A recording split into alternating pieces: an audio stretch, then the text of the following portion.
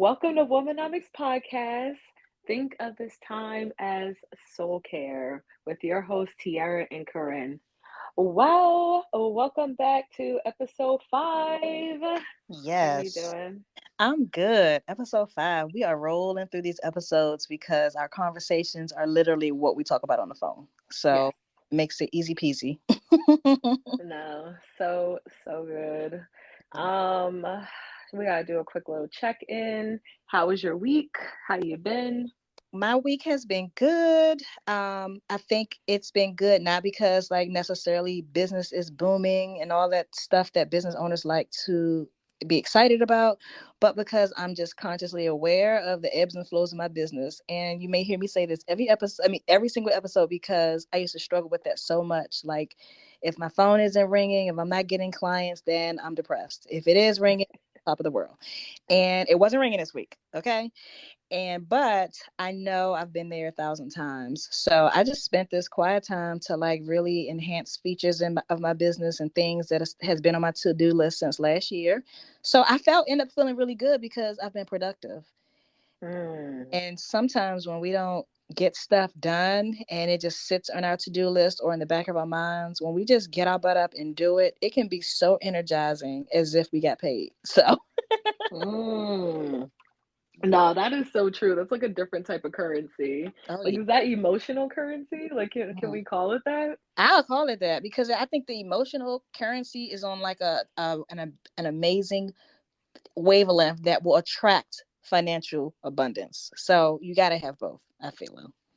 You know what? I honestly kind of love the idea of this topic, so we about to run with it Okay. because emotional currency is something that is so underestimated that does not cost us a thing and we gain so much. So I want to just talk about, just some other types of emotional currency and like how that has impacted, like the rest of your day, the rest of your mood. It's funny because I actually saw I don't call it a meme, but just like a picture earlier today when I was scrolling on Instagram, and it was two gradients. One was yellow, and then it went like a blotch of red, and then the red kind of faded out, throughout the rest of the like bar. And then the other one was yellow, and then it had like a little panel of red, maybe a lighter panel of red, and then a lighter one, and then it went back to yellow.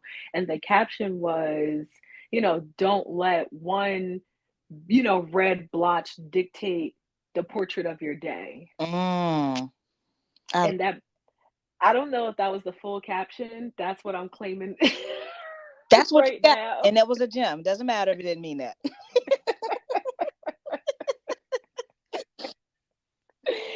So if you go looking for that specific photo and it has that caption, it does not, but it really sums up the idea that we can have little hiccups, like Corinne says, little ebbs and flows in our business and our day and our week, but it doesn't have to dictate the rest of that time. Like that duration doesn't have to last that long. And that's really where that emotional currency can come into play in good use, because there's so many things that we can do to uplift our mood that, like you said, make you feel like we got paid. Mm-hmm. That's so true, Tierra. And while you was talking, I was thinking about like I ran track and field when I was like 13, middle school girl. I used to come in dead last, but anyway. So the point is I was on the track team, and when you're running like a long race, like if you're going long distance or running a mile or longer, you have to pace yourself. And so sometimes people who are not well trained on their track teams or whatever, they will come out the gate really fast. But we were training our team, and most teams are, you're trained to, depending on how long the race is, that's the kind you have to level out your speed, manage your energy, your breathing and stuff, so you can not only place well in the race, but also complete the race without passing out.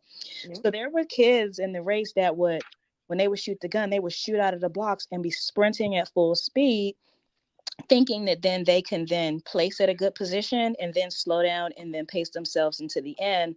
But oftentimes they would be like winded and would find themselves in the back of the pack. And those who came out of the gates last would sometimes win because they had a strategy. So Yeah. I say all that to say it made me think about immediately when I first started my business, my entrepreneurial journey. I had really no idea of like how to be a business owner, how to move like one. I was just going on the excitement and the adrenaline of owning my own business, creating my own value to the world, making money, not through a job. So I had tons of energy. I was constantly learning. I was constantly seeking information, networking with people, just excited. Sometimes I couldn't sleep because I had so many ideas, even though I wasn't even making any money, but I mean, money yet, but I was excited and I was constantly innovating and creating. And so I don't think at that time it required of me a healthy emotional mindset and perspective, because I was just going on excitement, which is just one emotion. And then over time, if you stay in business ownership long enough, you will start to experience different seasons, and you'll start to learn what they mean. Because the first time you don't make money, or the first time you lose or fail, if you're not familiar with the cycle of a business owner, you may feel really bad, discouraged, defeated. You start comparing yourself to others, feeling insecure. And some people just quit at that point. And Mhm. so I have outlived that first stage of feeling like that. And then I've had other highs where I've worked really hard and I've seen the fruits of my labor, and then down periods. But what I have learned, as I compare it to like running track and field, is that if you every day when you start your day, it doesn't have to be when you start your business, but you have to like pace your mindset throughout your day, throughout your business season or whatever, because there are going to be times when you are winded, you're tired, you're discouraged, but then you have to understand this leg of the race that I am running, I have to make it to the finish line. So it's going to require of me to maintain a positive mindset when I'm feeling extremely defeated or discouraged. Is going to require that I need a little bit more self care because I am sleep deprived or because I am extremely anxious or worried. And if you constantly have that like higher awareness, then the day to day fleeting emotions that you have, you can kind of sustain them and get there. And so I could have never told you this when I started my business. I didn't even have any kind of concept of that. Maybe I could intellectualize it a little something if I read something, but I never lived it. And so that's why I'm very intentional about always talking about the ebbs and flow in the business and how I'm still trying to be positive about it, because I get it. And I'm sure I have so much more understanding to kind of gain in that, but dark days are good too. Because that makes you assess yourself. Like if you're in the race and you're like, oh God, I am getting real tired, then that means you need to adjust your breathing. That means you need to slow yourself down and start pacing yourself and not sprinting, because you're going to pass out. So I equated to that because I didn't always understand that when I first started track and field. I thought the person in the lead is the one that's always winning. But Mm. sometimes the person in the lead is going to pass out and not make it because they're not factoring other things. That is, the whole race is not going to always be comfortable. There are certain strategies that could appear like you're losing, but you're really setting yourself up for winning. It's so much insight that I can relate it to. And, me running track and field, like I always came in dead last, like second to dead last, because I hated long distance, but I observed the other runners, and I understood that that's what it took. I just didn't like racing like that. I just ran because my friends were in it. So that's a whole nother thing. It's funny because I also did track and field, but I was a field girly. Like I was doing the shot put, the javelin, the discus. Ooh. But one thing I will tell you is that our coach trained all of us to like substitute for each other's events. So even though I was primarily field, I would still have to run and practice with the track girls just in case somebody was out. Maybe I had to like, substitute Mm, in for like a relay or something like that. mm, So it really just was the benefit of like those cross trainings and stuff like that. I've only had to run like one or two races and I held it down for my little short sprint of time. You would not catch me doing no mile, no none of that. That's just not me. It's just mm, not for me, Lord. mm, But I love that. I love that one, you use that analogy because like everybody says, like all of this is a journey. Like you're on an entrepreneurial journey. That means it's going to change. It's going to look different. But more importantly, you are going to have those like highs and lows. It's not a good story to tell if there ain't no adversity in it. So you want to, for me at least, you want to really be checking in and like you said, having a high sense of awareness. A lot of people like look at self-awareness as something that they don't consider super important for their business. Some people don't even consider it super important for themselves. Right. And that's another conversation for another podcast. But the point is, being self aware is going to move mountains in your business because at the end of the day, we always say this, you're always going to hear this, and we're going to reiterate it again. You're the person behind the business. The business owner is what drives the business. And that's beyond being at every position of the business, right? I ain't talking about when you're holding on or wearing too many hats.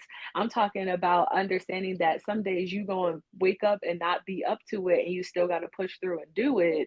Some days you're going to be very frustrated because you ain't closing what you think you're going to be closing. You're not making your daily quota and now you're second guessing it. Or, it can look like just not yet getting those quality clients that you are looking for, that you're hoping for, that you're striving for. And you're just like, what am I doing this? Why am I doing this? So those are those times where you need to have those tools to kind of help you with your emotional currency. What can you do now that's going to boost your emotion, boost your feelings, boost your mood, right? So Right. for me, I like to set the tone when I come into the office in the morning. I have a lot of, positive words and affirmations like in my office. Like I have a nice little thing on the wall that says inhale confidence, exhale doubt. So that's something that's super Oh. positive and reaffirming. I got this cute little fake plant that says rooting for you. I mean, come on, that's actually that's not cute. But I was like, oh, I gotta get it. Like, come on, it's so nice. That's cute. I got a candle that says glow up. And then I'm like super into aromatherapy. I Mhm. love to have my like peppermint or eucalyptus. Like I always want my space to feel like a spa because like that's controllable, right? I can Mhm. control what my environment looks and feels like, and I want to make something that's going to be as positive as possible for me. So when I experience those low energy moments, be it like I said, getting on a phone call, people not want to pay my price, or we just, I don't close this sale. Now I can inhale confidence and exhale doubt because I have this visual reminder. I can close my eyes, take a couple deep breaths because now I have this like eucalyptus peppermint, just literally filling my nostrils and just literally just like I just feel the peace just going going over my forehead and Mhm. down my body. And Mhm. I am a big proponent and advocate for drinking water. So Mhm. I got my water bottle. You can put affirmation stickers on your water bottle, whatever, but it's something about that nice, cold, crisp water, like just fueling me. So those are just small, minute examples of emotional, currency. It can look like a motivational YouTube video. It can look like an episode of Womenomics podcast. Okay. It can look like a walk outside for 5 minutes. It can look like sitting outside and letting that be your office today. You know what I mean? Mhm. Like, it's so many different ways that you could make that exchange, that mood boost that's going to get you through the rest of your day. That's going to get you through this quick little emotional, run that you're going through. That's going to allow you to be a better business owner down the line because you know how to move through the ebbs and flows. That's right. I love how you listed that out because you described like an entire spa experience. Yeah. And I don't have that spa experience except I like incense sometimes. And I like incense only because it's strong and it kind of clears any other stale to me. It feels like any Yes. stale energy is kind of like a boost, and then I put it out because like the smoke bothers me. But I what I tend to do on a routine basis is journaling in the morning. And most of the time when I journal, it's like my written prayers because I write. Mm, So I talk to God in my journal. And at first I had like a business journal and then a personal journal, but then I wasn't really using one or the other. But I am a big part of my business. So I just use one journal. This is my life. And so I will just talk to God and I'm like, thank you, God. Then I'll either list out things I'm grateful for, or when I'm feeling particularly sad, negative, fearful, anxious, whatever, then I will just start to thank God for what is working. So right, I thank you, God, that I am able to conquer my day. I have the right words to speak to this potential client. I'm so grateful that I am competent. I'm still thriving. I'm still standing. Like I'll start writing it down. And even though I woke up feeling not the greatest or worried about the day or yesterday, I instantly feel better. It just works. And even mhm. when I don't feel like journaling, it has become kind of like medicine. So I'm like, Corinne, go ahead and journal. You'll feel better. Go ahead and journal. You know how powerful it is. You know how effective it is. And so I will put that before any other checking my email, doing anything. I will just pull my journal out and just start writing and just having that conversation with God on paper. And then I just feel so complete. So whatever I take on after that, I am time enough for anything. And then there are times when I'm just so busy in my business, I don't journal, but I'm like thinking about it. And I'm like, I don't feel like journaling. Life is great. I don't need to write about it. But I will just make conscious effort to take in the fact that life is going very well. I'll just take the moment because I know these moments aren't forever. Nothing is permanent. And so Yep. I thank God in those moments. Like, I feel so good today. I am so grateful that I'm busy. I am so grateful that I am well. And I just make that intentional acknowledgement and then go through my day. And besides like gratitude and journaling, I do like a few other little things. Like I started drinking more water. That has helped me tremendously. I stopped eating extremely heavy breakfasts because, me having my own schedule, girl, I was eating dinner at breakfast time. Okay. Eating well, eating crazy stuff. And then at noon, I'm like, why am I so tired? Why am I so irritable? And then it's like you start thinking about whether or not you should take a nap. It's like trifling. So I stopped. I started to eat, very light breakfast. Sometimes fruit, and now I'm drinking more water. So I'm really proud of myself, and I can see how good it makes me feel, even though that's not something that I naturally crave in the morning. It Mhm. I'm feeding my spirit and my energy levels, and so I need that as a requirement to be successful because it's nothing worse than ending your day not being productive, knowing you could have done better. Yes. So that's the other thing, and I also have to clear my workspace. So I have my office desk in my bedroom. So I never do work on my bed because that's where I rest. But my desk faces outside, which faces this beautiful forest. And so I set the tone for my workspace, like all the papers and trash and whatever I had to-do lists that were old, pens and pencils everywhere, whatever. I clean everything off and start anew. And what that has helped me do is like think clearer and not Mm. feel so anxious and cluttered and like you got to address every single thing because you're like a squirrel, like yeah, all over the place, and you do so much all day and get nothing done.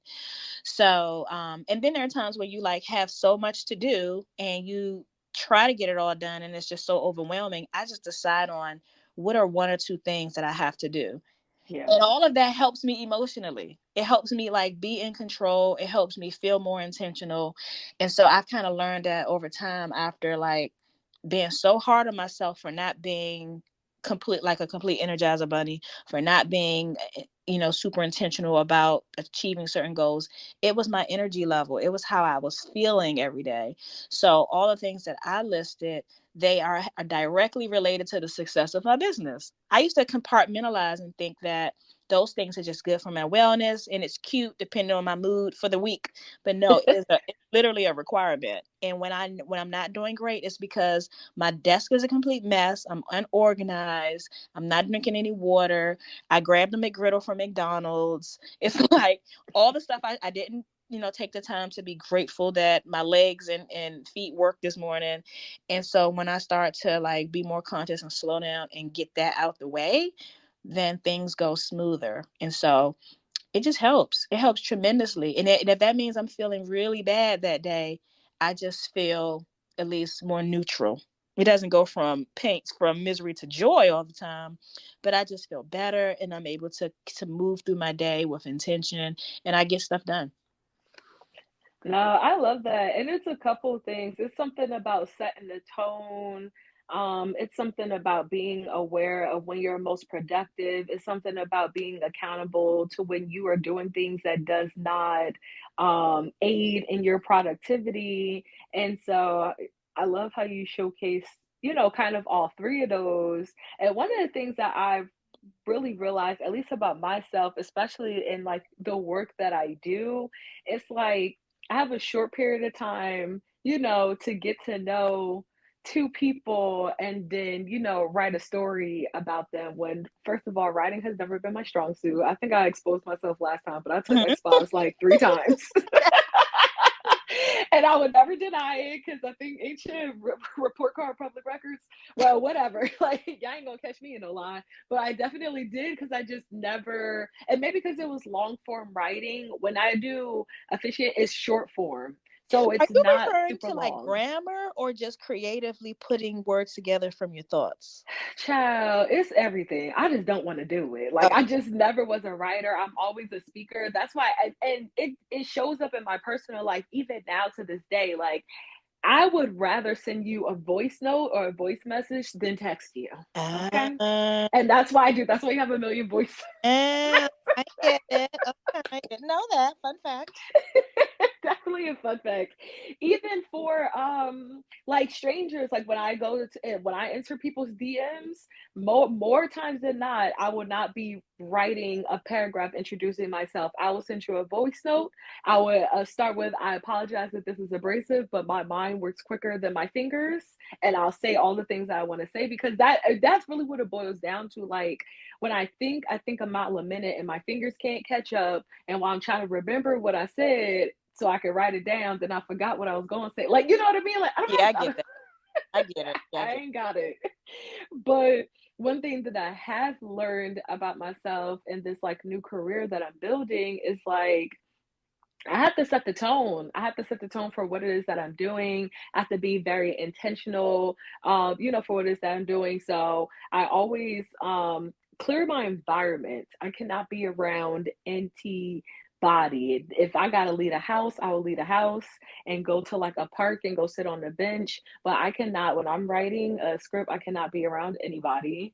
And then I also always have to pray before, so I'm just praying that I convey their, love the way that they want to, that I give them that element of surprise that, they're looking for. I go over, what they're looking for and how they want to feel in their ceremony because those are questions that I ask them. And I just really ask God to kind of like work through me when I'm telling this story because I'm also someone that succumbs to like perfectionism. So I have a lot of writer's block. And like those are really the reasons why I it. struggle with like writing and long form writing more point because like I like to be what's the word I'm looking for? I like to be concise. I Mhm. like to be clear. I like to be straightforward, so I feel like when you get a little wordy, like I can get a little wordy. So then when it comes to breaking it down, I'm just like, I you get know? it. Well, you're doing amazing because I mean, it's the irony of life. Like, you never thought that you wouldn't choose to intentionally have to be a writer. And look what that's the most important part of your Right, business. right. Wow. Yes, but just being so aware of all of the things that I struggle with when it comes to writing, really setting that tone just like helps. Not being around anybody, limiting my distractions, just being intentional about what it is that I'm trying to do before I set forth and doing it, and just setting up my business and my system so in a way that I gather so much information that I can read and pull stuff out just from the information that I gathered. So it's just recognizing all the ways that like this is a shortcoming for me, and these are all the ways that I can like help boost it up and maintain like a healthy emotional space while I'm doing it because frustration come quick, honey. Okay, True. That's true. real quick. Yeah. So So that has helped me like tremendously. And even like being nervous, people always ask me like, do you still get nervous when, you speak in front of people, or even my family when I have a wedding coming up, they're always like how many people is there? And a lot of times like I don't think about that. I don't think about how many people is there. I think about me and my couple because we the only people at the altar. And I try to just like focus on that. But like sometimes I have like I just had a wedding that was 10 people, and then my next wedding is 182 Mm, people. And then I have another wedding with 150 and another wedding with 220. So mm. it's like I cannot be fixated on that, but I do still get nervous. And so I have something set up for when I get to the venue. I practice. I always read my couple's love story to my man, and get his thumbs up. He always loves them. He's like, I want you to write my love story. Like, your love story is my love story. So yeah, I got you. Okay. Oh, so sweet. I got you. Don't worry. But yeah, so and then when I get to the venue, I have to go to my separate space. I have to practice after I, check in with everybody. And then I always say a prayer right before and child, make sure we do that sound check. Okay. So your emotional state is critical to having a successful wedding, because it's not a mechanical thing where you're just up there. I mean, I guess some officiants may treat it that way, but you sound like you really try to embody the love that's shared with your couples, and you really want them to have a meaningful and memorable experience that's not just cute on the surface, but you're curating something beautiful like forever for the audience, for them. And so that requires so much more of you. Like, it's not just you completing a task, but you are like part of that experience. So that's why mindset is so important, and having a healthy emotional state. And we don't always, if you have a wedding scheduled today, that doesn't mean you happy that day. So many other things happen in our personal lives, and it shows up in our business. So you're so responsible to take the time out to complete those key things like prayer and taking the time apart away from everyone else and stuff like that to get it done the right way. Couples are lucky to have you. They are. Thank you. Yeah. Yes, yes. It's definitely an emotional based business, but you don't need to be on the emotional side of the emotional based business. Like lead that to your couples. Like Do you ever let's cry? Have you ever cried at a wedding? Oh, yes, Are you serious? absolutely. Yes. Oh my gosh, yes. Because you know what? So for me, vows are the soul of the ceremony. They're like the most important part. They're my favorite part because that's the opportunity for the audience, your guests, family, friends to see your person that you pick, you chose to publicly declare to marry Mm-hmm. the way that you see them. They get to see them the way that you see them through your vows. And so I think sometimes, there's different reasons why couples don't do their vows, or sometimes I write vows for my couples and I try to take the essence of what they honor about their person and write it in. But that's why to me it's just so super important, and that's usually the part that people get choked up on because they're being so vulnerable, Mm-hmm. and not in front of not only in front of the person that they care so much about, but in front of like all of these people who may or may not be some strangers to them, like, you know what I mean? It's a lot Yeah, of pressure. yeah, I get that. Wow, But that's when they crack, I crack. So yeah, they be getting me sometimes, they do. wow. Cool. I love that. I love that. That definitely is your divine assignment, because I know for sure it's not mine. When you said It's okay. 200 and something guests, I yeah, that's know. not for me. Yeah. Mm-hmm. I know. But like I said, my focus is really just me and the couples. That's it. It's their day, but it's our sacred space at that altar. Everybody else is just, they're onlookers. Mm-hmm. I love that. Yeah. Yes, child. But this has been like super, super good. I love the conversation. And I think that hopefully this will give everyone who's listening a new perspective about emotional currency, about just literally the exchange of doing things to improve your emotional well being. It's something that is absolutely critical in your personal life and entrepreneurship. For the wellness of your business and yourself as a business owner, it can help with burnout. It's just so many ways that it can improve, just yourself and your business that I don't want to get overlooked. So thank you, Corinne, for this because this wasn't Absolutely. our, yeah, I don't know if this was going to be our conversation today, but sometimes you got to, when God put on your spirit, you just got to speak. For sure. For sure. And I think that's what I love about the conversations that we have, especially for season 3, because we intentionally come into this saying, what we feeling like, what we going to talk about, and we just go with it. Nothing, crafted and planned. We're just having organic conversations because we're moving into new seasons as business owners, and we have new perspectives and new enlightenment to share that just kind of flows organically because we have now a lot of more experience behind us to reflect on. So thank you for sharing as well, because I didn't know how emotional your business is. I mean, on the surface, I can get it. But the fact that you are committed to it on that level, I think that just makes it even more special. And it just ups the responsibility for you, but it's so worth it. And I know that's why couples choose you. Yes. Okay. So thank you guys so much. If you have any emotional currency ideas that you want to share, please drop them, in the comments. If you've taken anything from this episode, drop it in the comments. It might have been something that someone overlooked. I know I look in the comments for the main takeaways, so I would love for you guys to share. And we will see you next week on Womenomics Wednesday. Bye y'all. Bye.